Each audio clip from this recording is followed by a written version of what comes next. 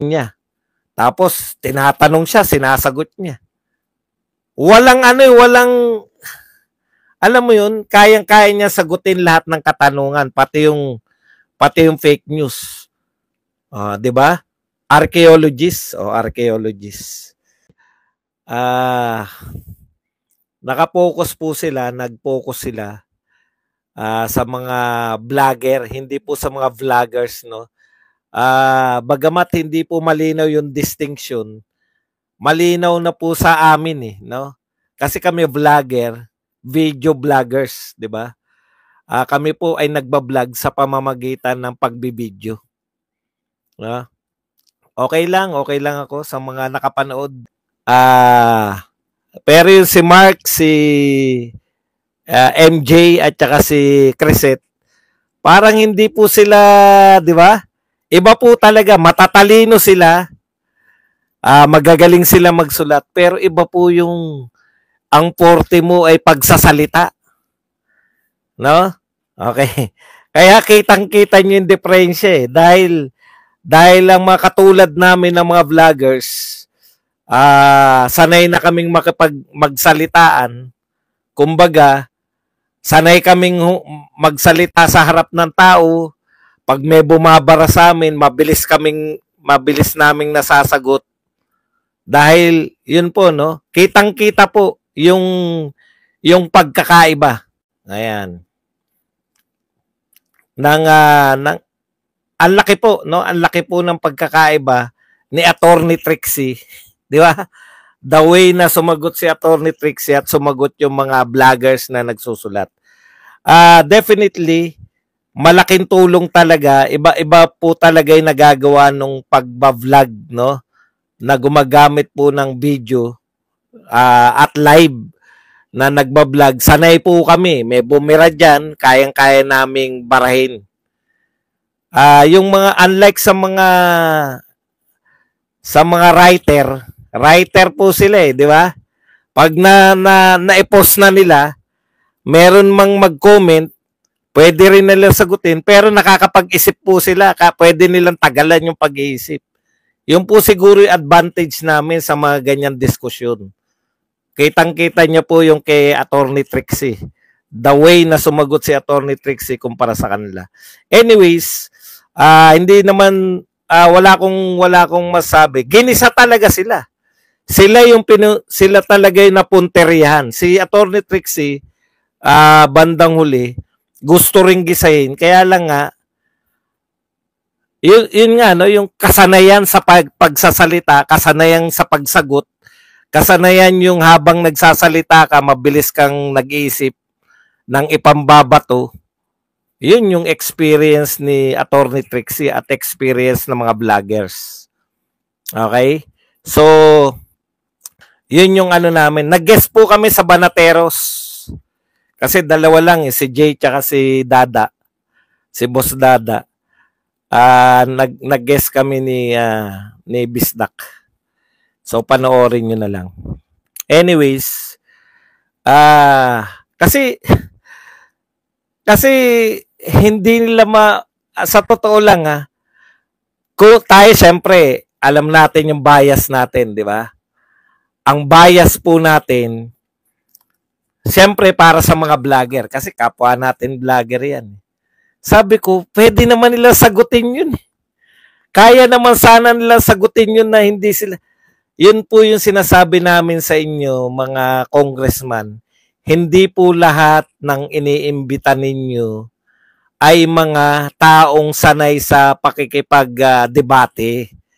No? Unlike sa inyo, sanay po kayo, tsaka kaming mga vloggers na nagsasalita, sanay po tayo sa mga talumpati.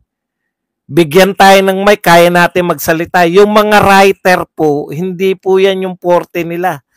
Pero pag sulatin tayo, kumpara sa mga writer, di hamak na mas magaling sila magsulat sa atin. Di ba? Okay. Yun yung sa tingin ko, kaya hindi nila na-express. May kulang, tama yung gusto nilang nauunawaan ko yung gusto ni Crisette na, hindi ako fake news. 'Di ba yung sa daw, yung sa salitan daw?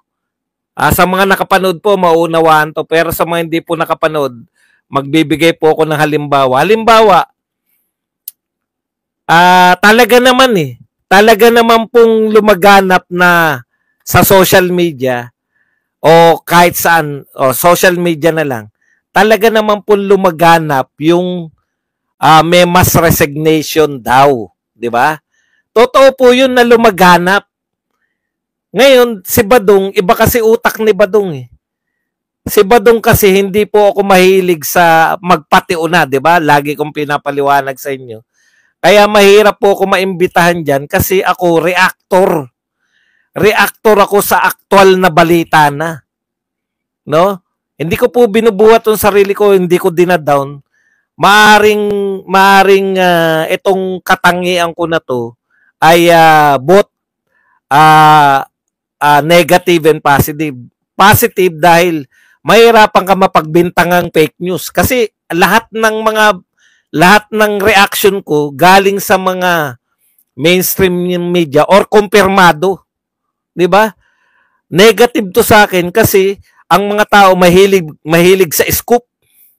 Ang mga tao mahilig sa nauuna. Kaya may mga sikat tayong vlogger na meron silang mga bubuit, meron silang mga puting ahas, meron silang mga puting dilaw na kabayo, di ba? O kaya gusto ng mga tao 'yun maka-scoop eh. Hindi ako mahirapan ako makategory sa magpe-fake news kasi hindi talaga ako nagbabalita eh. Nagre-reaction lang ako sa balita, no? Okay. Sa madaling salita, sila yung nakot doon sa ganun, no? Kasama sila doon sa anong tawag doon? Pero maganda yung punto ni Crisette. Kaso nga iba yung gusto ng mga congressman eh, di ba? Masabi nila, mapatunayan nila na tama kayong imbitado kasi isa kayo sa mga nagpapalaganap. So, talagang ganun yung punto nila. Ganun talaga kay didikdikin. Magagaling silang maghabi-habi. Mga politiko yan mga yan. Sanay po sa speech. Sanay yan makipagtalo sa dami ng committee na inaatinan nila.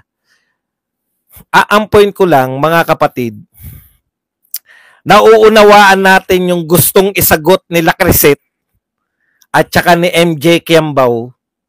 Si Mark Lopez lang nga hindi ko maunawaan ko. Ako sa totoo ko, hindi ko talaga maunawaan kung ano yung sinasabi ni Mark Lopez eh. Di ba? Tama rin naman yung kay Kiambao. Hindi ba natin nabalitaan? Kayo mismo nagsasabi sa akin na si Aling, ano ang pangalan nun? Yung may anak na AJK. Anong pangalan na nga yun?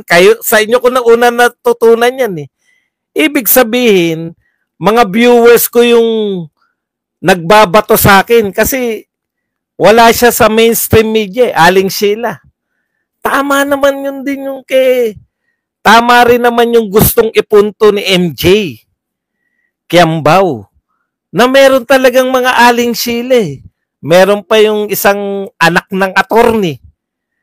Kaya lang, ang tingin ko na hindi na nakubabawan sila ng emosyon tapos hindi talaga sila inaamin naman nila, di ba? Lagi nilang sinasabi, hindi naman kami vlogger. Hindi kami vlogger eh. Nagtataka nga kami bakit kami tinatawag na vlogger. Yun po yun, no? Practice po yan. Yung pagsasalita po, yung pagpapaliwanag sa pamamagitan ng pagsasalita, ano po yan, no? Hindi po lahat ng tao may kakayahan na ganyan. Lalo na kung yung bombarded ka ng mga ideya. Di ba? Binobombard sila ng itong ginawa mo, asan yung patunay. Magbigay ka ng patunay. Anong pag-aaral yan? Saan galing yan sinasabi mo niyan? Dito ba sa Quadcom? Sinabi ba namin yan? Lahat dito. 'Di ba? Nakukuha niyo ibig ko sabihin. Tama naman 'yun. Tama rin naman 'yun. Hindi napatunayan nila yung mga nagsabi sa Quadcom.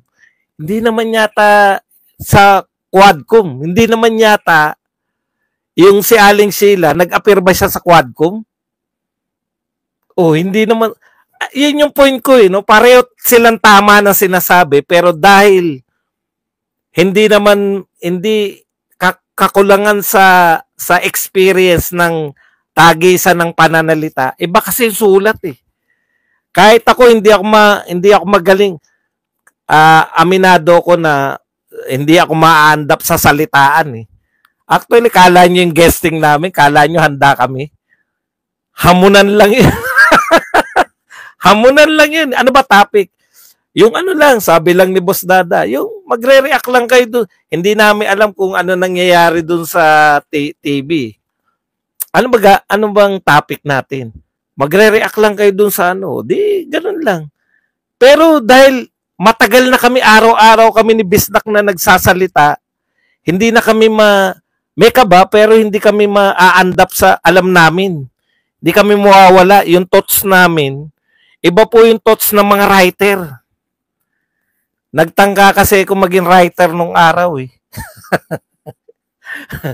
Paano yung pag binobombard ka ng mga ideya na bilang writer, siguro ang iba dyan nakakapagsulat lang pag tahimik, nakakapagsulat lang pag may sounds, nakakapagsulat lang pag nakaharap sila sa bintana at nakakarinig sila ng mga huni ng mga ibon. Ibang-iba po yung mga writer sa mga speakers. Lalo na po yung mga hasakapan yan. Oo! Katulad yan, di ba? May babara sa'yo. Kaya-kaya mo yan eh, di ba? Pag mga writer ka lang, sinabihan ako. Ang tendency mo, dahil punong-puno ka ng emosyon, hindi ko naman sinasabi yung pagkababae pa, no? Baka mapaiyak ka pa, di ba? Pero may magbabara sa akin dito. Titigil ba ako para? Tuloy-tuloy pa rin. Pati yung pagkagalit ko, nagiging bahagi ng pananalita natin. Kaya ako naunawaan ko, ramdam na ramdam ko yung gustong sabihin ni Crisette, gustong ipahayag ni MJ, pero walang walang, alam niyo yun, hindi yun yung lumalabas. Tapos sorry na lang sila. Sorry na lang. Nakita ko rin yung pattern. Nakita ko rin yung pattern ng mga vlogger. Yung paghingi ng sorry. Pag sinabihan sila ng magsosorry ka ba? Nagsosorry naman sila. Tingin ko, taktika naman nila to para hindi sila makontempt. Kanya-kanya lang yan, di ba? Kita nyo wala na contempt. Kaya lang, syempre, kung masasakitin ang damdamin nila, bubombahin talaga sila. Ang tapang-tapang nyo, magsosorry lang pala kayo. Pero kung ako, ano ba pakialam ko? Ano ba yung purpose ko? Huwag makontempt o magpakitang gilas. Ganun lang yun eh. Nahaharap ka, alam mo tong mga to, hahanapan ka ng butas para makontempt. Hindi naman sinasadya. Talagang yun ang trabaho nila. Hindi raw sinasadya, pero yun ang trabaho. Kasi napanood na natin niya, ilang beses na sila nag-contempt, di ba? Okay.